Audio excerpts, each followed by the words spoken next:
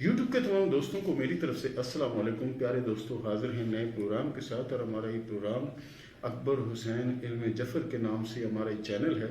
इस चैनल को लाइक भी करें, सब्सक्राइब भी करें और कोशिश करें कि कोई भी एक सवाल अगर आपने भेजना है तो आप वो सवाल जो स्क्रीन पर नंबर चल रहा है, इस नंबर पर आप जो है व्हाट्सअप करके सवाल कर सकते हैं और जवाब आपको मुकम्मल तौर पर वीडियो में मिलेगा।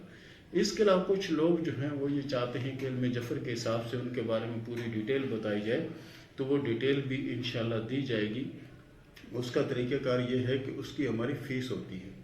फ़ीस के हिसाब से जो ना हम आपका पूरा यानी समझो कि इल्म जफ़र के हिसाब से पूरा बायोडेटा इंशाल्लाह हम आपका बताएंगे।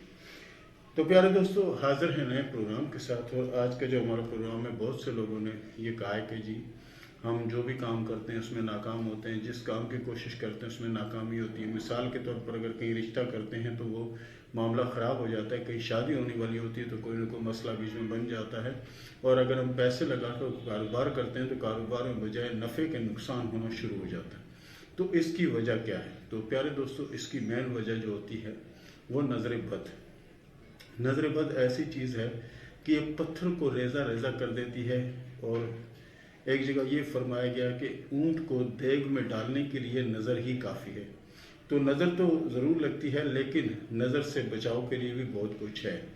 सबसे बड़ी बात जो है, नज़र से बचने के लिए सूरह फलक सूरह नास जो है इसको पाबंदी से पढ़ा जाए तो इंशाअल्लाह अज़ीज़ नज़र, हसद और कोई भी ऐसी चीज़ है जो इसमें प्रॉब्लम बनाती है उससे आप महफूज रह सकते हैं।